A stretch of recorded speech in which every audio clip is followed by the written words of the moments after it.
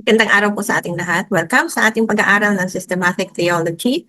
At siyempre, hindi pa tayo natatapos dun sa series natin ng Pneumatology, which is the study of the Holy Spirit. So ngayon pag-aralan natin yung the anointing of the Holy Spirit. Ano ba yung pinag-iba ng fruits, gifts, at ano ang ginagawa nito sa buhay natin. Okay, so simulan na po natin.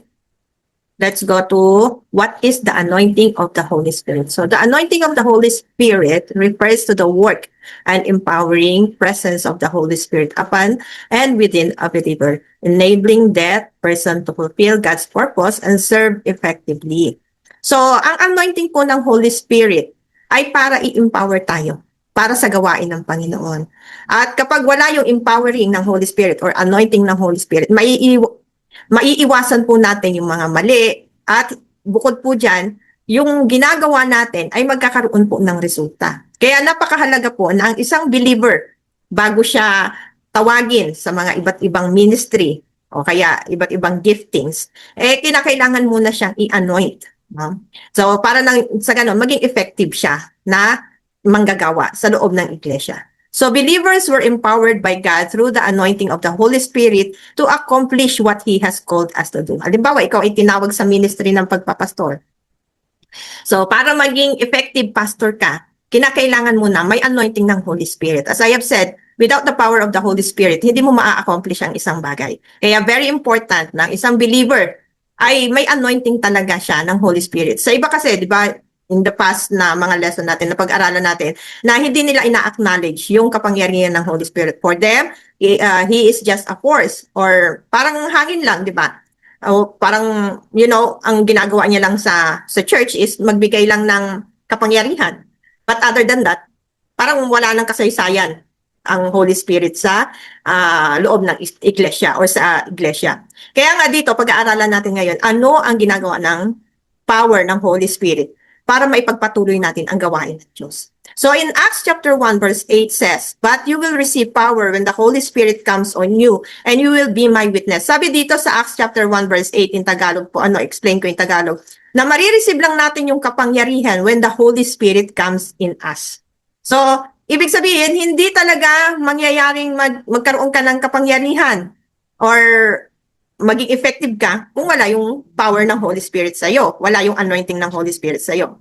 And in Luke chapter 4 verse 18 says, "The Spirit of the Lord is on me because He has anointed me to proclaim good news to the poor." So sabi ni Jesus Christ, hindi ako magkakaroon or hindi ako makakapag-proclaim ng gospel unless the Holy Spirit is in me. Kaya ako nakakapag-proclaim, kaya ako na ibibigay sa inyo yung wisdom galing sa Lord, it is because of the power of the Holy Spirit. Kaya nga, even si Jesus Christ, ina-acknowledge niya sa kanyang buhay, yung kapangyarihan ng Holy Spirit. Kaya mga kapatid, sa atin, kung nagda-doubt ka, hilingin mo sa Holy Spirit kung ano yung pwede mong gawin. Kasi, yan lamang, or ang Holy Spirit lamang ang makapagbibigay niya sa iyo. Wala nang iba. Kaya kung gusto mong maging effective, gusto mong lumago ang iyong ministry, gusto mong lumawak pa, if just in case, hahawak ka ng isang ministry or ikaw ay magiging pastor or gusto mong maging propeta or gusto mong maging teacher or whatever gift na gusto mo or gusto mong maging mapagbigay ka, mag-support ka sa church, hilingin mo ang Holy Spirit yan. Kasi siya lang yung merong kapangyarihan para magbigay niyan sa'yo, para magawa mo ang isang bagay na ayaw mong gawin. Kasi ang Holy Spirit lang ang pwedeng makapagpagawa niyan sa iyo. Or pwedeng mag-convict sa iyo na gawin mo ang isang bagay na ayaw mo. Okay? Tanging ang Holy Spirit lang yan. And in 1 Peter chapter 4 verse 10, it says, "Each of you should use whatever gifts you have received to serve others." So anong sabi diyan ni Pedro sa mga church? Na anuman yung gift na meron ka, gamitin mo ito to serve one another. So these three verses clearly speak or proving that without the empowering of the Holy Spirit, we cannot accomplish things. Wala kang magagawa. Amen? Kung wala ang kapangyarihan ng Holy Spirit. Kaya kung gusto mo talaga na magkaroon ng magandang saysay ang iyong buhay, hilingin mo ang Holy Spirit. Gusto mong magkaroon ka ng gift of tongues, gusto mong magkaroon ka ng gift sa pagsiserve sa Lord, gusto mong magkaroon ng gifts sa music ministry or manunugtog ka or magtuturo ka, lahat yan mga kapatid ay ang Holy Spirit lamang ang pwedeng magbigay sa iyo. Now, let's go to another slide. When does the anointing take effect or when does the anointing nangyayari sa buhay natin? So, sabi dito sa ating pinag-aaralan, as we are filled with the Spirit, believers are continually called to yield to the Holy Spirit. In Ephesians chapter 5 verse 18 says, be filled with the Spirit. So, habang ikaw ay pinifilled, pinupuno, pinalalakas, ini-empower, or the Holy Spirit is manifesting in your life, anong sabi dyan? Ang believers ay dapat nagkukontinued siya na nag-yield sa Holy Spirit. When we say yield, umaasa. Hindi ka umaasa sa sarili mong kakayahan na matalino ka. Hindi ka umaasa sa sarili mo na ilang years ka na naglilingkod sa Panginoon, parang maning-mani na lang sa'yo ang paglilingkod. Walang ganoon, besh. Okay? So, ang paglilingkod po ay pag-asa pa rin, umaasa pa rin tayo doon sa kapangyarihan ng Holy Spirit. Kasi kung aasa tayo sa sarili nating lakas, aasa tayo sa sarili nating katalinuhan, aasa tayo sa nagawa na natin in the past, na akala natin in the future ganun pa din. Parang pinapattern na natin yung nakaraan. Ito, nagawa ko na ito nung nakaraan. Kaya in the future, ganito pa rin ang gagawin ko. Mali po yun. Ang tawag natin dyan is nag-yield ka sa sarili mong kakayahan. You are not yielding in the power of the Holy Spirit. So, as you go along with your serving with the Lord, or as you go along with your Christian life or Christian journey na tinatawag natin, you have to yield to the Holy Spirit or else hindi ka magiging effective. Okay? So, the anointing of the Holy Spirit takes effect when a person received Jesus. So, kailan ito nagtitake effect? Once you accepted Jesus Christ. Pangalawa, you surrendered your life to Him. Pangatlo, when you was baptized. And lastly, when you are anointed with the Holy Spirit. So again, kapag hindi ka kumilala kay Jesus Christ, walang kapangyarihan ng Holy Spirit na meron sa iyo. Or you will never receive the power of the Holy Spirit and the manifestation of the Holy Spirit in your life. So first thing first, tanggapin mo muna si Jesus Christ sa buhay. And then next is surrender your life to Him. You're not just receiving Jesus Christ, but you also surrender your life to Him. As in, totally surrendered. Yung, alam mo yun, yung sasabihin mo sa Lord na, Lord, wala akong kakayahan. Without you, wala akong pwedeng gawin. Amen? Lord, without you, hindi ako matalino. Lord, without you, wala akong magagawa. Lord, without you, hindi ko mapapalago ang church na to. Lord, without you, always without you. Kaya, nalulungkot ako doon sa mga pastors na sinasabi na, matagal na ako. Although, maganda naman din pakinggan, no? Na matagal na siya, marami na siyang pinagdaanan, etc., etc., kasi sometimes ganyan din ako. But when the Spirit of the Lord spoke to me na, Eva, hindi dahil sa matagal ka na, hindi dahil marami ka nang na-accomplish, hindi dahil yan ay sa sarili mong gawa, but it is my work. Once na narinig ko na yun sa Holy Spirit, agad-agad nagre-repent ako. At nagsasabi ako ng, sorry, Lord, parang kinuha ko na yun lahat ng glory. No? It's not because of our own works, but it is the power of the Holy Spirit kung bakit nakakatagal tayo sa ministry na ito. And even yung mga small ministries na hinahawakan natin, it is because of the Holy Spirit na nagbigay sa iyo ng gifts. Mamaya mas palalawakin pa po natin yan. Okay? So, kailan uli nagtitake effect yung anointing ng Holy Spirit? Once na na-receive mo si Jesus Christ, once na sinurrender mo ang life mo sa Kanya, once na nabaptize ka na in water and nagkaroon ka ng anointing. So remember, si Jesus Christ, that is an evidence of the anointing of the Holy Spirit. Even Jesus Christ, He is already God, but He is still anointed by the Holy Spirit. He needs it para ma-fulfill yung purpose niya kung bakit siya pinadala dito. Kasi kung sa sarili niya lang bilang Diyos, isang ano lang sa Kanya, pagtutot niya lang sa Kanya, wasakin niya na yung lahat ng tao. Hindi niya na-fulfill, di ba? But because of the power of the Holy Spirit, nakaya niya ang lahat ng bagay na hindi niya kailangan wasakin ang lahat ng tao. Kasi nag-manifest pa rin sa Kanya yung tinatawag na fruits of the Holy Spirit. No? Minsan kasi, parang iniisip natin na sarili nating gawa ito. Kaya parang, alam mo yon, tayo yung lumalago, tayo yung nagsasabi na ako ang nagpalago neto, ako ang gumawa ng mga bagay na ito. No? Inangkin na natin. No? Parang, ito, halimbawa, no? Itong church na to, ako ang nag-establish neto, ganito, ganyan, ako. No? Mali po yun. Amen? It is by the help of the Holy Spirit kung bakit mo na-accomplish ang lahat ng bagay. Kaya wala tayong pwedeng ipagmalaki eh. Wala tayong pwedeng sabihin sa Lord na, Lord, ito sarili kong gawa. Amen? Kasi lahat yan gawa ng Panginoon. Now, remember, the anointing is not merely a feeling or a one-time emotional experience. It is the Holy Spirit's empowering presence working in and through a believer as they live in faith and obedience to God, especially for the purpose of serving others and fulfilling His mission. So, tandaan po natin, ang anointing ay hindi dahil meron tayong nararamdaman. Uy, pakiramdam ko, may anointing na ako. Hindi ganun yun. Ang anointing, nakikita yan kapag dumadaan ka na sa testing ng faith. Tingnan nga natin, meron bang na-transform sa kanya? Meron bang fruits of the Holy Spirit? Meron ba talagang gifts of the Holy Spirit ang taong ito? Kasi kung hindi, maaaring hindi nagmamanifest ang Spirit ng Lord sa kanya. Kasi, unang-una sa lahat, para malaman natin that there is anointing of the Holy Spirit is the word obedience. Obedience to God and His words. Kaya kung ang isang tao, matigas ang ulo, matigas ang puso, nagre-rebelde, no? Ilang beses mo na sinasabi, dalo ka ng gawain, ayaw pa din dumalo, at may sarili siyang kaisipan, na hindi, ito ang gusto ko, bakit ba? Ayaw ko sumunod sa'yo. Sino ka ba para sundin ko? No? Kapag ganon yung taong iyon, isa lang ang ibig sabihin nun. The Spirit of the Lord is not working on him or on her. Kasi if the Spirit of the Lord works in that person, meron sanang nababago sa kanyang character. Meron sanang nababago sa kanyang isipan. Meron sanang nababago sa kanyang puso. Meron sanang nababago sa kanyang mga pananalita.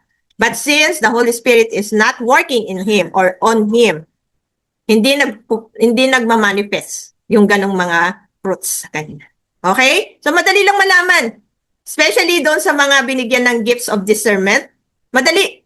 Ako meron akong gifts ng ganyan.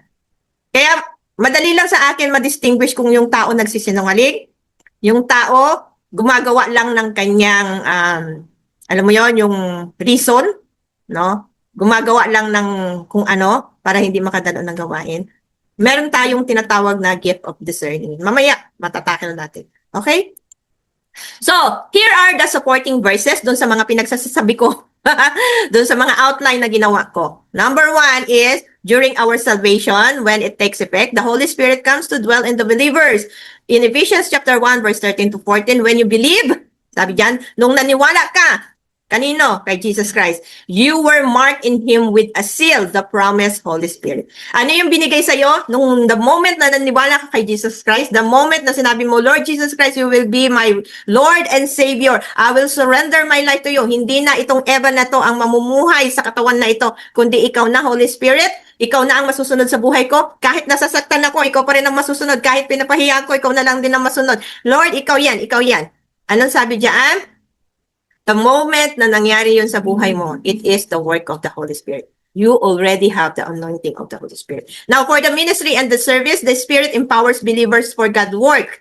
In Acts chapter 1, verse 8, you will receive power when the Holy Spirit comes on you and you will be my witness. So, in the ministry, magagawa mo ang isang bagay na imposible. Na yung hindi mo iisipin na, uy, nagawa ko ito Paano ko nagawa ito? Paano ko na-perform itong bagay na ito? It is because of the work of the Holy Spirit. Amen? Paano ko napalago ang church na ito? Paano ko na-manage yung mga tao? Paano ko na-manage yung mga leaders? Paano ko sila nahawakan? Paano ko nagkaroon ng plan? Paano ko nagkaroon ng goal? Paano ko nagawa lahat ng bagay na ito? It is because of the Holy Spirit that empowers you. So, kailan pa yan nag-manifest sa buhay natin or nag-take effect sa buhay natin? When we abide in Christ. In John chapter 15 verse 4 to 5, remain in me and you will bear much fruit. Ano sabi diyan ng Lord? If you remain in Christ, hindi ka aalis kahit na anong mangyari. No? Kasi nga nadidevelop na sa iyo yung Christ-like character. So ano na lang ang gagawin mo? Manghingi ka na lang ng sorry sa Lord. Lord, anong gagawin ko? Nakakapag-isip na ako na gusto ko nang lumayas. No? Ayaw ko na talaga dito. Amen? Pero, yun nga, hindi ka nagre-remain doon sa organization. Kasi ang organization, walang magagawa yan sa'yo. You remain in God. Now, whatever happens, magtiwala ka lang sa Lord. Maaring there is something na minomold sa'yo ng Lord. Good. That's a good idea. Kasi ibig sabihin, may malaki pang ipagagawa sa'yo ang Lord. Hindi ka imo-mold ng Lord. Hindi ka ilalagay ng Lord sa isang organization na palpak, isang organization na mahina ang leadership, isang organization na namamahiya ng mga kapwa niya leader. Hindi ka ilalagay doon kung walang gagawing malaki ang Diyos sa buhay mo. Meron at meron yan. Okay? Kaya ka inilagay ng Diyos doon. Para nang sa ganun, kapag ikaw ay lumaki na ang gawain mo, hindi mo tularan yung mga leader na yon na namamahiya ng mga kapwa nila leader. Amen? So, as we seek wisdom, in 1 John chapter 2, verse 27 and 27, kung tungkol naman sa inyo, ang banal na espiritu na tinanggap ninyo kay Kristo ay mananatili sa inyo, kaya hindi na kailangan turuan pa kayo ng iba. Anong sabi diyan? Kapag ikaw ay nagsisik ng wisdom sa Lord, gusto mong tanungin ang Lord sa mga bagay-bagay. Paano i-interpret ito, Lord? Paano ako gagawa ng outline? Paano ako gagawa ng sermon topic? Paano ko i-explain ito ng maayos sa kanila, Lord, na mauunawaan nila na hindi masyadong techy?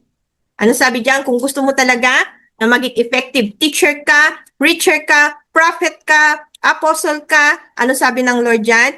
Kayo na tumanggap kay Kristo, manatili kayo sa Kanya. Amen? Kaya hindi na kayo kaya hindi na kailangan turuan pa kayo ng iba. No need. Kapag ang Espiritu ng Diyos na empower ka, hindi mo na kailangan. Kasi mismo ang Holy Spirit na magtuturo sa'yo. Kaya yung mga teachers, no, na nagtitrain at nag-aako na kung hindi dahil sa kanilang pagtitraining, hindi lalago yung isang Kristiyano, ay mali po yun. Amen? Ano, ang linaw po dyan, no, sinabi, kaya hindi na kailangan turuan pa kayo ng iba. In John chapter 2, verse 27. Ang linaw po. Basta't nasa iyo ang kapangyarihan ng Holy Spirit, siya na ang magtuturo sa inyo ng mga bagay, ng mga misteryo. Alam niyo, minsan ako mga kapatid, nagugulat na lang ako paano ko na-explain itong bagay na ito na napakahirap i-explain. Anong ginagawa ko? Nakikinig lang ako sa Lord. Nagpe-pray ako, Lord, ano po ang ibig sabihin nito? Turuan mo ako. Anong pag-i-explain ang gagawin ko? Ano ang mensahe nitong verse na ito, ng chapter na ito, nang sa ganon, Panginoon, pag in-explain ko siya, maayos ko siyang ma-explain. I am always seeking the wisdom of the Lord. Hindi ako basta-basta nagbibitaw lang ng turo na hindi ko muna inaas yun sa Lord na tama ba itong binibigay ko. At habang ako'y nagtuturo, open yung ears ko makinig. Lord, anong sasabihin ko? Lord, tulungan mo ako. Ha? Ganun po, no? Kung gusto mo maging maayos ang iyong pagpipreaching, ask the Lord. Habang tumatayo ka, ipa-open mo yung mind mo, ipa-open mo yung eyes mo, ipa-open mo yung ears mo. Para nang sa ganun, ang naririnig mo lang ay ang boses ng Panginoon. Amen? At hindi yung sarili. Kasi minsan may mga sarili tayong mga idea na hindi idea ng Diyos. Kaya para masabi natin na ito po ay galing sa Panginoon, ipa-open mo kay Lord yung mind mo. Ipa-open mo kay Lord yung eyes mo. Hindi dahil marunong ka, hindi dahil marami kang alam, hindi dahil nakapag-aral ka kung bakit ka mahusay magturo. It is because of the empowering of the Holy Spirit. Ayan o, ang linaw po. Diba?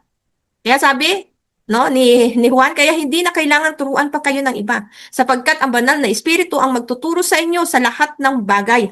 At ang mga itinuturo niya ay katotohanan at hindi kasinungalingan. At gaya ng itinuturo niya sa inyo, manatili kayo kay Kristo. So, para masunod mo si God, para maging effective ka, para maging powerful ang iyong tinuturo, ano sabi diyan? Manatili ka kay Kristo. Kasi meron pong tendency ang tao na habang tumatagal siya sa ministry, hindi na siya nananatili kay Kristo. Kanino siya nananatili? Sa sarili niya ng kaalaman. Kasi nakuha niya na itong pag-aaral na ito. Matalino na siya sa tingin niya sa dami ng kanya nakuhang pag-aaral. Amen? Pero hindi ganun yun. It is always the power of the Holy Spirit. Kaya pagkatapos ko po mag-preach, anong sasabihin ko? Lord, thank you. At kaya minsan, naiiyak din ako sa mga preaching ko. Kasi bakit? Naririnig ko kasi ang boses ng Lord na unang-una akong kinakausap. Naririnig ko yung boses niya na, Eva, ganyan ka. Kung ano yung pinipreaching mo, ikaw yan. Kaya pagkatapos ng preaching, Lord, thank you. Umiiyak ako. At nagpapasalamat ako sa Lord. Salamat, Lord, tinuruan mo na naman ako ng another lesson in life. Amen? So, hindi lang tayo basta-basta nagpipreaching. Inaalam natin ano ang kalooban ng Panginoon. Amen po ba? So, the fruits and gifts of the Holy Spirit. Anong pinag-iba ng fruits sa gifts? Fruit is who we are becoming. Ang fruits po ay kakaiba po yan sa gift. Ang fruits ay kung ano yung na-transform ng pag-uugali sa iyo. Kung dati magagalitin ka, ngayon maunawain ka na. Kung dati impatient ka, may makapagsalita lang sa iyo ng hindi maganda, magagalit ka na. Ngayon hindi na gano'n. Amen? So, ang fruits ay pagbabagong buhay. Binibigay yan ng Holy Spirit sa iyo para i-mold ka into Christ-like character. Kaya, napakagandang isipin na ang isang Kristiyano, lumalakad siya doon sa gustong tunguhin ng Diyos para sa kanya. Kaysa sa lumalakad siya sa sarili niyang gusto at nais. Kasi, kapag lumalakad ka sa kalooban ng Panginoon, may nababago sa iyo. Kung dati, madali kang sumuko, ngayon hindi na. Kasi namold ka na ng Holy Spirit, nabago niya na yung karakter mo. At namumold yan habang dumadaan ka, habang lumalakad ka. Kasi may mga testing kang dadaanan, may mga obstacle, may mga paghihirap na dadaanan ka. At doon mamumold yung love mo. Namaya, no? Ito yan eh. Nasa Galatians chapter 5, verse 22 to 23. Sabi dyan, but the fruit of the Spirit is love. No? Unti-unti makikita mo na, no? Yung dati, talagang lagi kayo nag-aaway mag-asawa. Lagi kayong nagsasagutan mag-ina. Or mga magkapatid, nag-iinggitan kayo. Ngayon, meron ka ng pag-ibig na binibigay sa kanila. Nahayaan mo na lang, Lord, hayaan ko na nga lang. Bahala na si Lord. Naalala ko yung meeting namin kahapon with workers. Sabi ni Pastor Russell sa akin, hayaan mo na yan. No? Bahala na si Lord yan. Amen? So, minsan kailangan kang kausapin ng ibang tao sa paraan na ganun. Para makita mo na, kailangan pala ma-develop sa akin yung pag-ibig pa din. No? Minsan gusto mo lang talagang no? Makapag-isip ng hindi maganda. Pero love pa rin talaga yung paiiralan. Ano pa? Joy. No? Na kahit na dumadaan ka sa pagsubok ng buhay, yan yung mga naging topic natin eh. Especially, yan pa rin yung topic natin for this month. No? Yung kagalakan, yung nagre-rejoice ka pa rin sa kabila ng mga hirap na nararanasan mo, sa kabila ng mga patong-patong na mga problema. Meron ka pa rin kagalakan. Masaya ka pa din. Hindi ka yung nagbibilot-bilot na ng iyong buhok, no? At nababaliw ka na. Hindi ganon.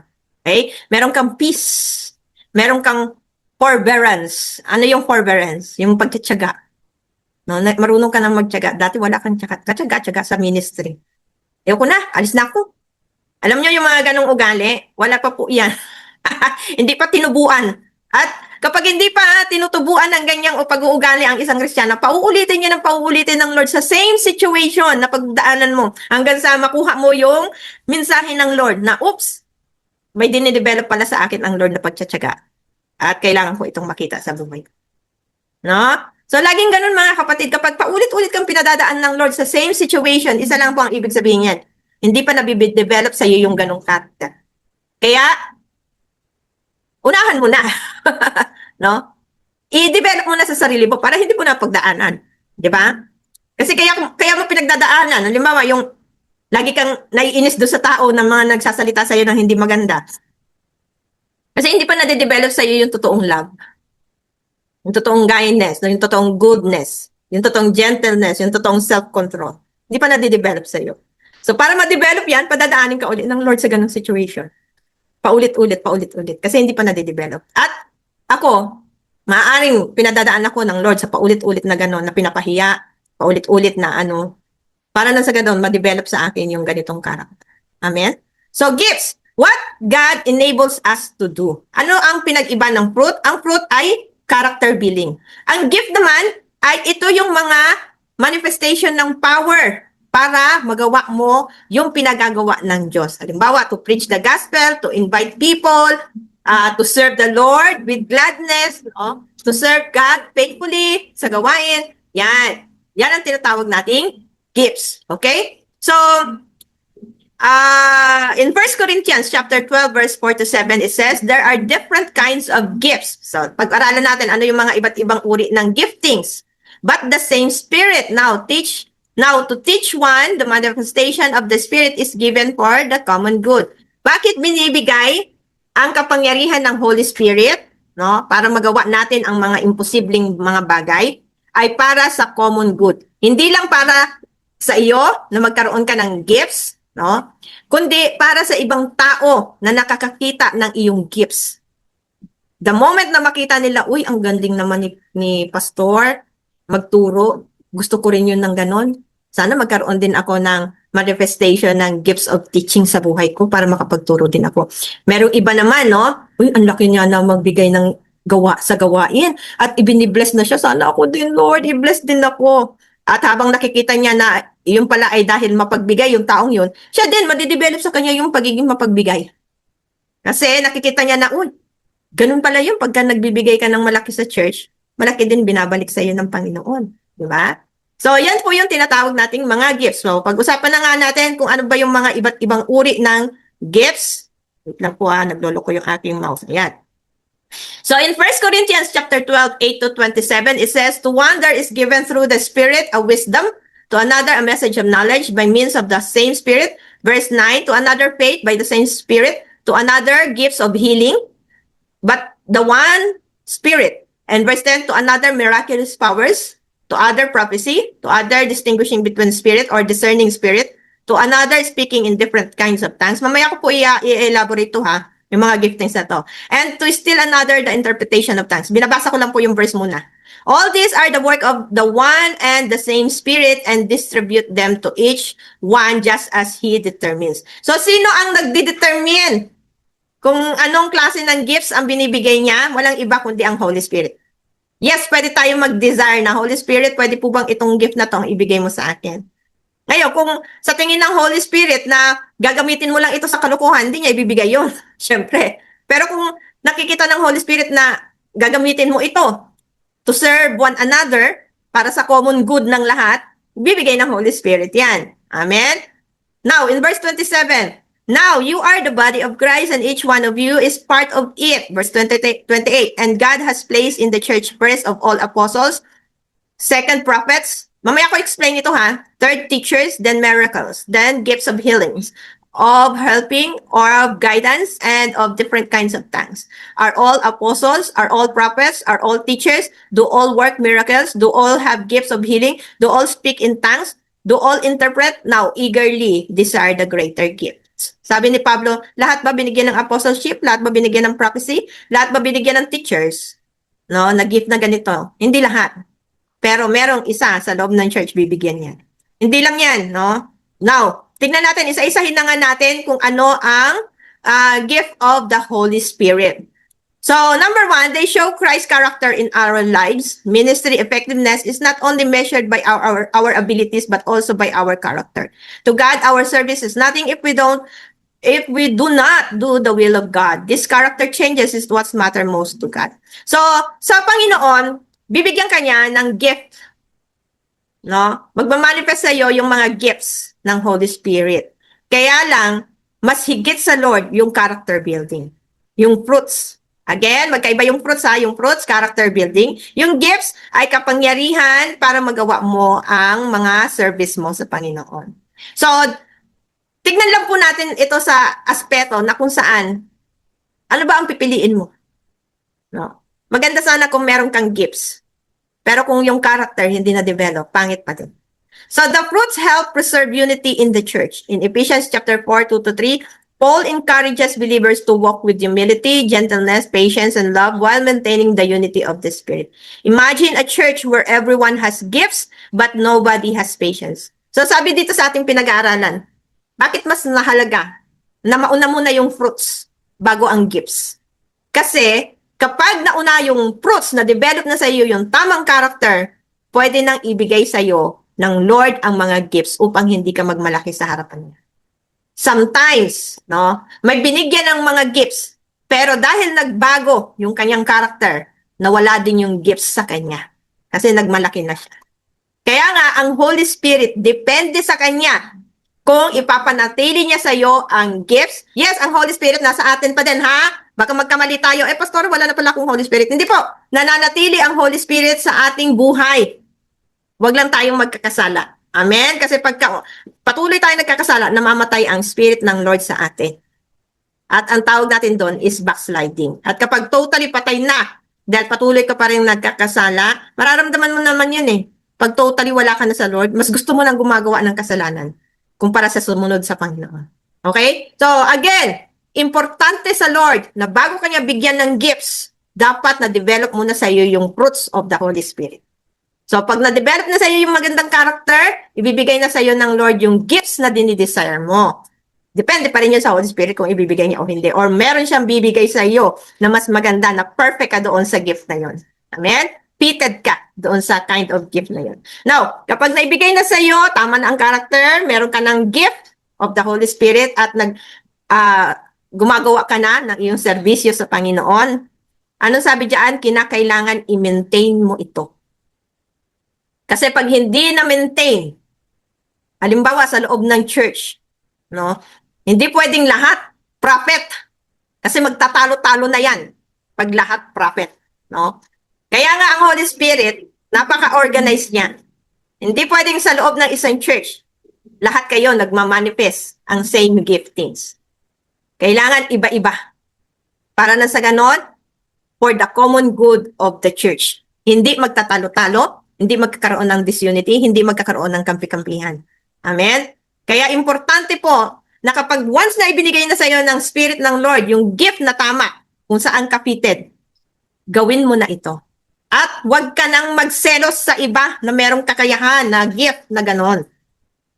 Kasi, alam ng Diyos kung ano ang para sa iyo. Huwag mong pagsilosan kung anong gift meron ang iba. Kasi pag pinagsilosan mo yan, mawawala na ang kapangyarihan ng Spirit ng Lord sa iyo, yung tinatawag nating anointing. Amen? Kaya maging masaya tayo kung ano yung gift ng isa. Kasi yun talaga yung gift na binigay ng Spirit ng Lord sa kanya. So imagine mo yung isang church na lahat kayo pare-pareho ng gift, tapos nawalan na kayo ng patience sa isa't isa. Hindi maganda para sa church. Or imagine, lahat kayo pastor. No? Tapos lahat kayo power trigger na or hunger na sa kapangyarihan. Hindi rin po maganda. Amen? Or kung lahat kayo magagaling sa pagpipreaching, magpapagandahan na lang kayo niyan. Amen? Kaya hindi rin maganda. Kaya nga sa loob ng church, develop muna natin yung character building. No? I-develop muna sa iyo yan ng Lord. Para na sa ganun, pag na-receive mo na yung gift, perfect na perfect ka na para doon sa gift na. Amen po ba? Next! Why are the fruits of the Holy Spirit important? Spiritual gifts are ability or empowerment given by the Holy Spirit to believers for the purpose of serving God and building up the church. Bakit binigay ang gifts? No? And bakit importante ang fruits? Kasi para ang church ay lumago. Tandaan po natin, hindi yan binigay sa atin para maging stagnant ang church. Binigay yan para lumago ang church. Here are the gifts which we can ask from the Holy Spirit, but it depends on the Holy Spirit what gifts He will give us for the common good. In 1 Corinthians chapter 12, 8 to 10, Paul mentioned gifts such as word of wisdom, word of knowledge, faith, gifts of healing, working miracles, prophecy, discernment of the Spirit, different kinds of tongues, interpretation of tongues. Now, isa-isahin natin ito. May enough time pa naman tayo. Okay? Ano yung tinatawag na gifts of word of wisdom? Pag sinabi nating word of wisdom, madali niyang i-explain yung salita ng Diyos. Bigyan mo niya ng isang verse, agad-agad may explain niya yan. Hindi niya na kailangang mag-research sa Google. Hindi niya na kailangang puntahan si ChatGPT. No? Kaya niya i-explain yan kahit ngayon niya palang nakita yung verse na yan.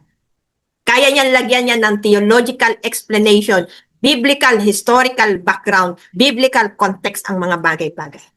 Kasi bakit? Binigyan siya ng kapangyarihan ng Holy Spirit para ma-explain yung simpleng salita na yon ng Diyos. Ang tawag natin dyan is word of wisdom. Now, ano naman ang word of knowledge? Ang wisdom and knowledge is different. Ang wisdom is kakayahan para i-explain, i-interpret ang isang message ng Biblia or ng Bible. Ang word of knowledge naman is application doon sa binigay mong pananalita. For example, in-explain niya na yung biblical truth, yung isang Bible verse, at in-apply niya ito into life application. Ang tawag natin dyan is word of knowledge. Yung kakayahan na abrupt, when we say abrupt, agad-agad, mai-sesegue niya ito sa practical application. Ang tawag natin dyan is word of knowledge. Okay? Now, there are some na binigyan naman ng faith. Yung alam mo yon, yung lahat na nasa paligid mo nag-doubt, no? Wala, hindi na talaga lalago yung ministry ko kahit anong gawin ko. Wala na talaga. Lahat na kinausap ko na, ginawa ko na ang lahat.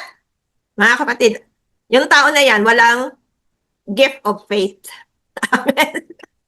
Kasi ang gift of faith ay kakayahan na magtiwala sa Lord, gaano man ka-imposible. Remember Daniel? Remember Shadrach, Meshach, Abednego? No?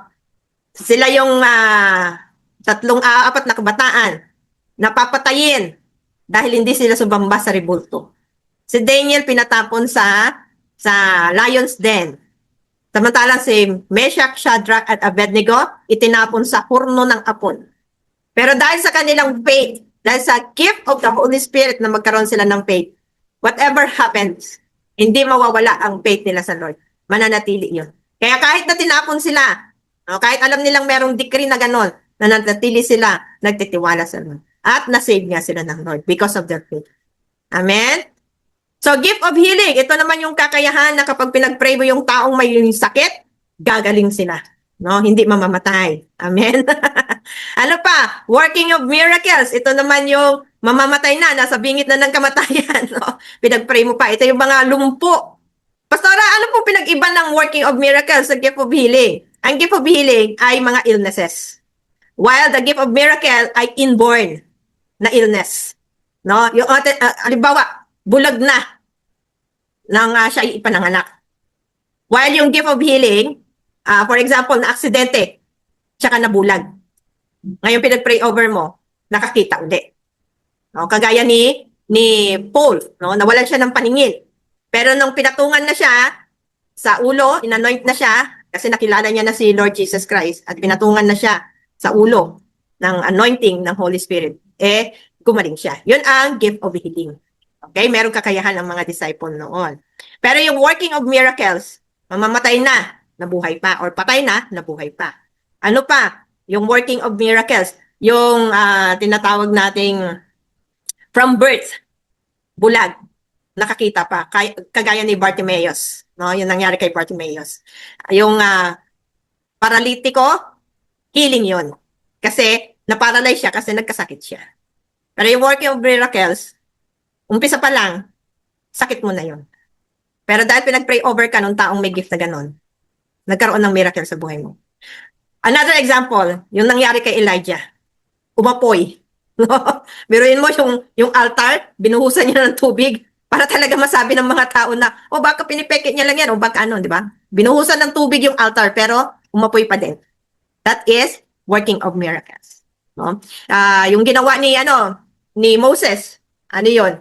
Yung dagat, hinati, no? Nahati sa gitna. Working of miracles ang tawag natin diyan. Yung bato, nagkaroon ng tubig, working of miracles yan. Amen? At marami pang iba ng mga nagawa ng mga sinaunang tao na pwede mo pa rin gawin ngayon kasi sabi ni Jesus Christ, kung ano man yung ginawa ko na imposible, makakaya ninyo itong gawin. Amen? Mas higit pa nga, sabi ni Lord Jesus Christ. Amen? Okay, prophecy, ito naman yung nalalaman mo. Yung mga gustong sabihin ng Panginoon na mangyayari in the future. Kagaya ni John, the beloved, kagaya ni Daniel, kagaya ni Prophet Jeremiah, Prophet Isaiah. No? Nalalaman nila kung ano yung mga mangyayari in the future. Okay, so ano pa? Discernment of the Spirit. Ano naman ang discernment of the Spirit, Pastora? As I have said earlier, ang mga taong binigyan ng ganitong klaseng gift, nalalaman nila kung nagsasabi ka ng totoo o hindi. Nalalaman nila kung scammer ka o hindi. Kasi meron silang discernment of spirit. Nalalaman nila kung nagsisinungaling ka o hindi. Nalalaman nila kung ano yung mga ginagawa mo. Actually, meron yang kinalaman din sa prophecy. Nalalaman nila kung ano ang tinatakbo ng isipan mo. Alam nila yun. Kasi meron silang ganong giftings.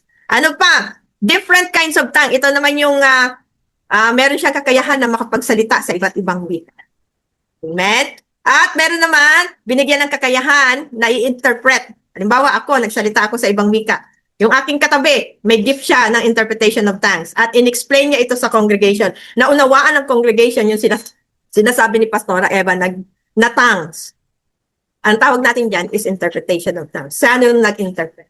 Okay? Next, puntahan natin yung mga fivefold ministry na sinabi sa Romans chapter 12 verse 6 to 8. Yung kanina, itong mga binanggit ko na ito, no, sa 1 Corinthians chapter 12 verse 8 to 10, pwedeng hingin yan ng kahit sino sa loob ng church. Pwede nilang makuha ang lahat ng gift na yan. Kahit hindi ka pastor, kahit hindi ka prophet, kahit hindi ka evangelist. Simpleng manggagawa ka lang sa loob ng church, simpleng believer ka lang, pwede mo itong hingin sa Panginoon. Meron pa nga iba yung binigyan ng gift sa giving. O, mamaya makikita natin yan. Okay? Now, puntahan natin yung sinabi ng Romans chapter 12 verse 6 to 8. But also, Paul mentioned there is prophecy, there is serving as well. So, meron ding binigyan ng kakayahan na mag-serve. Yung alam mo yon, yung magkamay lang siya sa mga tao, tutuwa na siya. Siya lang yung mag-operate ng audio system. Masaya-masaya na siya sa kanya paglilingkod. Siya yung tagalinis lang ng upuan, tagalinis ng CR, tagalaban ng mga kurtina, no? Taga-luto, no? Kapag may handaan ang church, masaya-masaya na sila. Sila ang binigyan talaga ng gift of service. Ang tawag natin dyan ay gift pa din. Amen? At hindi lahat binigyan ng ganyan. Bibihira ang binigyan ng ganyan. Alam niyo, tuwa ako pagka merong isang believer na binigyan ng ganyang service sa church. Yung bang masaya niyang ginagawa kahit ang pagwawalis, kahit ang pagpupunas lang sa loob ng church. Masaya niya itong ginagawa. Kasi gift niya yon. Amen? Ano pa? Meron naman iba binigyan ng pagtuturo, binigyan ng encouragement. Ito yung mga counselor. Sa FEBC meron yan programa na kung saan tatawag ka sa phone at makikipag-usap ka sa tao para mabigyan kanila ng counseling. Ang tawag natin dyan ay gift of encouragement at napakahusay nila dyan. Mostly nang binigyan ng mga ganyan, meron din sila kasing nakuhang bachelor degree na psychology. Yung iba, graduate ka ng psychology, hindi na marunong mag-encourage. So, depende pa din yan sa gift of the Holy Spirit pa rin talaga. At grabe sila, no? Mahuhusay talaga sila. Yung mapapa-oo ka talaga, mapapa-aiming ka talaga doon sa binibigay nilang mga payo.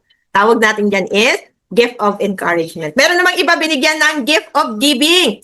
No? Meron ilan sa atin na binigyan ng gift ng ganyan. Mga kapatid ko, binigyan sila ng ganyan. No, na gift of giving. Pero hindi lahat sa mga kapatid ko binigyan ng gift of giving. Iilan lang ang binigyan talaga ng ganyang klase. Mami ko meron kasi yan. Gift of giving. At nagmanifest yan sa aming magkakapatid. Okay? So, ano pa? Gift of leadership. Yan, no? Mamaya, tutungo yan dito sa fivefold ministry. And gift of mercy. Yung lagi siyang tagatawag na, uy, magbigay naman tayo mga kapatid, may nabagyo, meron tayong kapatiran na nawalan ng bahay, meron tayong kapatiran na nangangailangan ng pera. Maglikom-likom naman po tayo para na sa ganun matulungan natin. Ang tawag natin dyan is gift of mercy. Meron pa lang ganyan, pastora, no? Oh, yes. No? Masyado siyang maawain. To the point na parang hindi niya na ma-distinguish na ini-scam siya kasi lagi siyang naaawa doon sa tao. Ang tawag natin dyan is gift of mercy. Pero kahit na-i-scam na siya, lagi niya lang sinasabi sa sarili niya, bahala kayo, i-scam niyo po. Hindi, basta ang mahalaga sa akin, magbigay. Tumulong.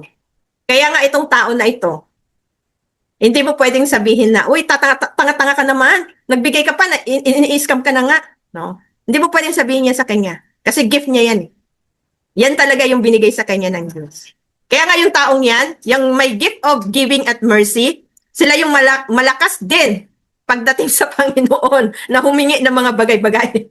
Kasi agad-agad binibigay ng Lord sa kanya. Kaya kung gusto mong bigyan ka kagad ng Lord sa iyong mga prayers, try to be a giver and merciful.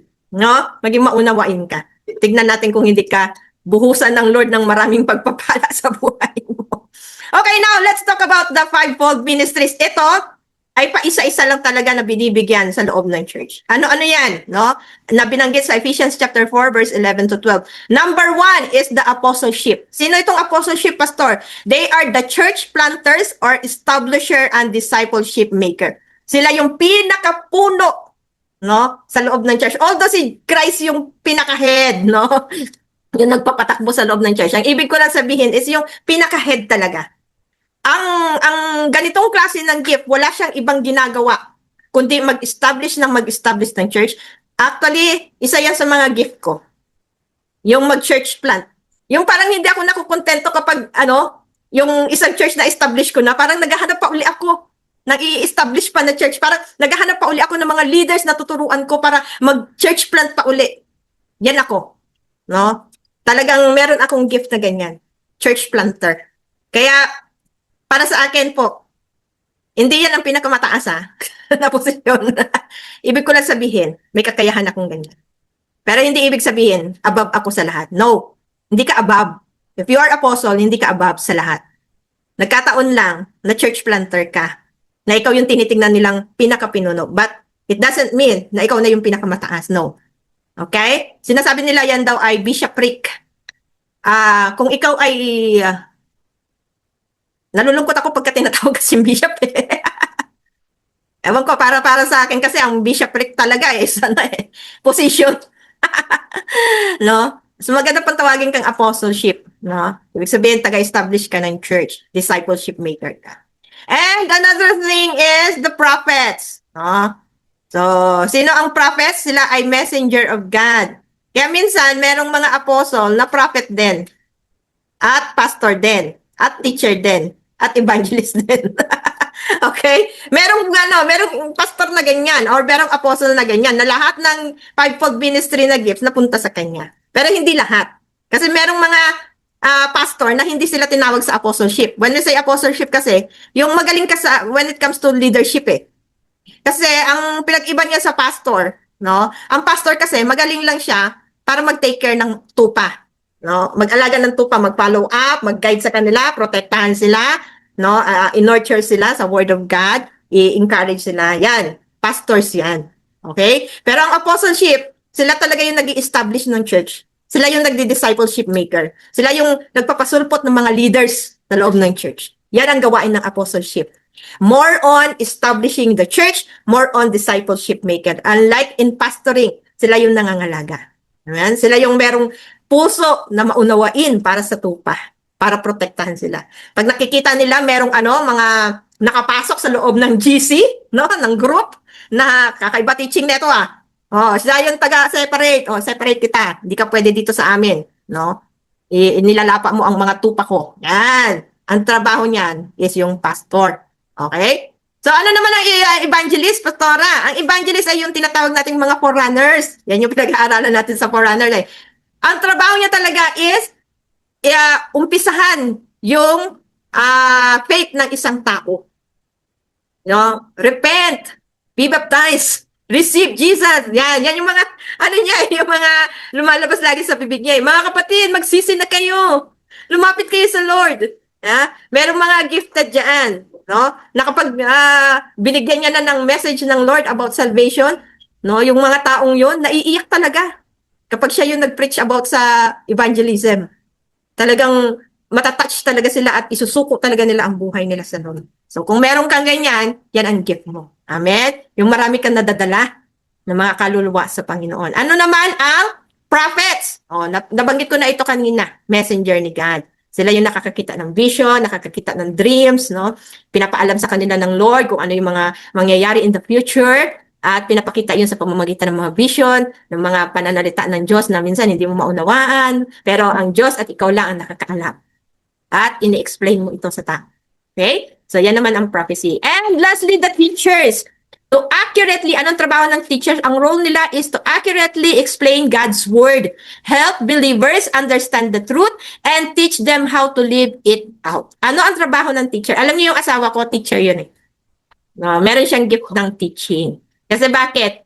Ano siya eh, yung magaling siya mag-explain ng mga bagay-bagay. Madali siyang magturo. Hindi nga lang siya evangelist. Hindi nga lang siya prophet, pero mahusay siyang teacher. Amen? May gift na ganyan ng asawa ko. At naituturo niya ito paano mo i-live out. Okay? So, meron mga ganyan. So, these gifts are all what we call the fivefold ministry gifts or what we call the leadership gifts. Bakit leadership gifts, Pastora? Kasi more on, ang trabaho, ang role ng mga ito ay pag-i-establish ng church. Kaya nga, sabi ko nga sa inyo, may mga iba, may kakayahan ng lahat ng ganyan, no? Apostleship, meron sila, prophecy, pastoring, evangelist, teachers. May kilala ba kayong ganyan? Comment down below. No? Okay? So, ang tawag natin dyan is leadership gifts. Not given to many, but only for few believers. Amen? So, hindi lahat binigyan ng ganyan. Konti lang. Kasi ito ay paisa-isa lang talaga sa loob ng church. Hindi lahat binigyan. Ano ka na lang, matutuwa ka na lang kung lahat yan napunta sa'yo. no? Yung pagiging apostle, nag-i-establish ka ng church, nag-church plant ka, prophecy, nalalaman mo yung ginagawa ng iba kahit nililihim na sa'yo, no? Alam niyo, minsan ito, nagugulat ako no? Nilihim sa akin lahat ng mga bagay. Amen? Pastor, ano ko to, tupa ko ito dun sa page 7, bagong sina.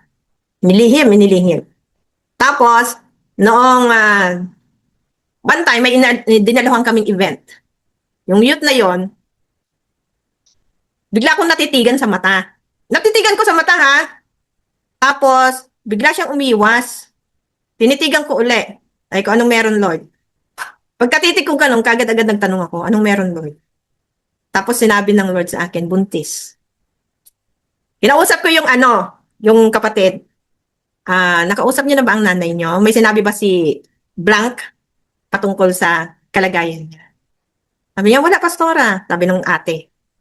Tapos sabi ko, sabihin niyo sa nanay niyo at tatay niyo na i-gather silang lahat kasama yung si Blank, si babae. At sasabihin ko sa inyo, i-reveal ko sa inyo kung ano sinabi ng Lord sa akin. Prophecy ito ha. Ngayon, nagkaharap-harapan na kami. Sabi ni ate, may sasabihin daw po si pastora. At yun yung sinabi ng Diyos sa kanya. Eto na. Sinabi ko, buntis po ang inyong anak. Tapos, tumayo yung tatay. Sabi ganyan, pastor ka pa naman. Pero chismoso ka. Sabi niya ganyan, chismoso ka. Sabi ko, hindi ako chismosa. Wala naman nagsabi sa akin eh. Kung may nagsabi sa akin, yun ang chismosa. Pero si Lord kasi ang nagsabi sa akin. Di, sasampalin na sana ako ng tatay. Kasi umiiyak na yung nanay. Yung anak din umiiyak. At sinasabi, sinungaling ka, pastora, sinungaling ka. Walang ganon. Wala pa nga nakakagalaw sa akin. Wala akong boyfriend. Ganon siya, no? Di, eto na. Kasi nga, nasabihan na ako. Pinalalayas na ako ng tatay dun sa bahay. Tumayo yung ate. Sabi niya, alam niyo naman na gifted si Pastora Eva sa prophecy. So, tingnan lang natin kung gaano katotoo. Sabi ko, bibili lang ako. Diyan lang kayong lahat. Bibili lang ako ng pregnancy test. Kasi katapat lang nila is butika na. So, pagbalik ng ate, inutusan yung kapatid. Punta ka na ng CR, umihi ka. Ayaw? Sabi niya, bakit ba pinaniniwalaan niyo si Pastora? Bakit ako ang anak niyo, hindi niyo ako pinaniniwalaan? Ganyan. Yung tatay naman, nag-hysteric na. Pinalalayas na talaga ako. Pero anong sabi nung anak, nung ate? Halika na, kung ayaw mo, ako mismo ang sasama sa'yo sa CR. Eto na, di sinamahan ng ate sa CR, umihi. At nagdalawang guhit yung pregnancy test. Paglabas, ayan na. Sinasabihan niyo si Pastora, nakakahiya kayong lahat. Sinabihan niyo pa siya. Ano po yun yung nanay nun, kapwa ko pastor na din. At ako ang nag-develop sa kanya, no? Ako yung nag-train sa kanya para maging pastor siya. So, eto na po. Nung nakita na, mingi sila ng sorry. At nasampal yung anak na nagsasabing sinungaling ako. At sinabunutan ng ate, yung kapatid. Tapos, sabi ko, kayo na po mag-usap pamilya, labas na ako dyan. Sabi ko na kung ano ang pinasasabi ng Lord, alis na po ako. So, umuwi akong mag-isa. Iniwan ko na sila buong family. Nabalitaan ko na lang doon sa ate na pinatawag. At from then on, umalis sila sa church sa sobrang kahihiyan. Kasi, yung nanay nga ay dinidevelop na pastor at nagkagano ng anak. So, nakita niyo yan mga kapatid. Another thing, no? Para makita niyo lang po kung ano yung gift ng prophecy. Meron tayong dinidevelop na pastor uli. No? Dinidevelop na pastor. Bakit ba lagi? Kasi ayaw siguro ng Lord na ang pastor merong may tinatago. So, ilang beses na natin tong kinorek. Alam niyo na, kilala niyo na ito. Ilang beses na natin kinorek, ilang beses na natin, Una, nakita natin na nag-adultery, Merong afam, samantalang married pa, hindi naman sila hiwalay ng asawa. At nakikipagpalitan ng mga video. So, tinanggal muna natin sa ministry, pero hindi natin pinalaya sa church. Hanggang sa nagrepent naman, nag-ayos naman, so binalik na natin. After 2 years, binalik natin sa ministry. Now, meron na namang ginawang kalokohan. Hindi ko na sasabihin kung ano, yung pinakahuli. Hanggang sa, nagulat ako, paunti-unti, nawawala ang mga tupa, paunti-unti, sabi ko, anong nangyari, Lord? Pagka once na nagtanong na ako sa Lord, at nag-reveal na ang Lord sa akin ng mga message, ino-confront ko po agad yung tao. At nung na-confront ko, tinatago pa sa akin yung katotohanan. Pero, may paraan ang Diyos Binigyan niya ako ng wisdom. Ito yung word of wisdom and word of knowledge. Binigyan ako ng word of wisdom At yung pag-a-apply sa word of knowledge ay ito. Pwede bang i-share screen mo sa akin yung cellphone? At nung makita ang cellphone, ayun na. No? Inulit na naman kung ano yung nagawang kasalanan noong una. Kaya, napagalitan natin, pinaayos natin, inilipat sa ibang GC or ibang group, pero hindi pa rin nagtino. Kaya ano na ang ginawa natin? Pina-stop na natin siya sa ministry. At dahil ayaw niya na talaga, no, wala na siya talagang inalis na natin talaga sa samahan. Kasi nakakahiya na yung mga post niya, di ba? Yung nagsasayaw na ng mga worldly, no, at gumigiling-giling. Gumigiling-giling na, no? At kilala siyang naging pastor. Hindi maganda. Paano kung yung ibang hindi nakakaalam na tinanggal pala siya sa ministry? At ang alam, pastor pa rin. Actually, ang tawag pa rin sa kanya ng iba pastor pa rin. No? Nakikita ko yung mga post sa kanya at ang tawag pa rin sa kanya, pastor. Wala na po siya sa ministry natin. Kaya huwag niyo na pong tawagin pastor. Amen? Ang pastor po, merong ugali na tama. At marunong sumunod, marunong magpasakop, marunong magtuwid. Pero ang isang minister na wala niyan, I doubt po na si Lord pa rin ang kumikilos sa buhay. Amen po ba? So, it was given to those who are dedicated, committed, and walking in the righteousness of God. Dapat ang mga binibigyan ng ganitong leadership gifts, nakikitaan ng dedikasyon. Tumagal man ang panahon, dedicated pa rin. Nagpapatuwid, nagpapakorek. They are committed. Ano man ang mangyari, nga napakahirap man mag-serve, still nananatili na nagsaserve. Tinatanggal man sa ministry, nagpapatuloy pa rin. No? Committed pa rin. And walking in righteousness of God. Nagpapatuloy siya na sumusunod, nagtitiwala, gumagawa ng tama. Amen? So, yan lang po ang may karapatan na humawak sa ganitong klase ng leadership gift. In conclusion, the Holy Spirit doesn't simply want to give us gifts. He wants to transform our lives. He doesn't only want to use our hands. He wants to shape our hearts. He doesn't only want us to do ministry. He wants us to become more like Christ while doing ministry. Final thoughts. The gifts of the Spirit make us useful for ministry. The fruits of the Spirit make us Christ-like in ministry. And when both are working together, the church becomes stronger, healthier, more united, and more effective in fulfilling the mission of Christ. So, the closing scripture natin is Galatians chapter 5, verse 25. Since we live by the Spirit, let us keep in step with the Spirit. So, ito na po yung pinakahuling lesson natin. At magtatapos na po tayo sa pneumatology. Umabot tayo hanggang part 6. No? About the Holy Spirit. Kasi, bakit natin inunti-unti, inutay-utay? Kasi kailangan nating maunawaan sa buhay natin na nasa ngayon, na wala na si Jesus Christ, ang Holy Spirit na ang gumagabay sa atin. So therefore, dapat everyday ina-acknowledge natin ang kapangyarihan ng Holy Spirit sa atin dahil Diyos siya. Siya ang pwedeng gumawa sa atin. Siya ang pwedeng magbigay ng empowerment. Siya ang pwedeng magpalago ng ating mga ministry. Siya ang pwedeng gumawa ng mga bagay na imposible sa atin para magampanan natin ang pagkatawag natin. Amen po ba? So serve the Lord gladly, and may the Spirit of the Lord be with us. Maraming salamat po. At sa susunod na linggo, iba naman po ang ating pag-aaralan. Ang pag-aaralan naman natin ay about the end of the times. Ito mahaba-habang pag-usapin din to. Siguro aabot tayo ng hanggang part 11, I think. No? So, tingnan lang natin kung hanggang kailan tayo matatapos sa end of the times. At makakatuwang ko sa pagbibigay ng pagtuturo sa inyo kasi yan po ang giftings ni Pastor Russell. Okay? Yung pagtuturo po ng about end of the times. Okay po? So, God bless us all and see you on tomorrow. No. Thursday na pala. Kasi Wednesday is for the workers. Okay? God bless us all po and shalom.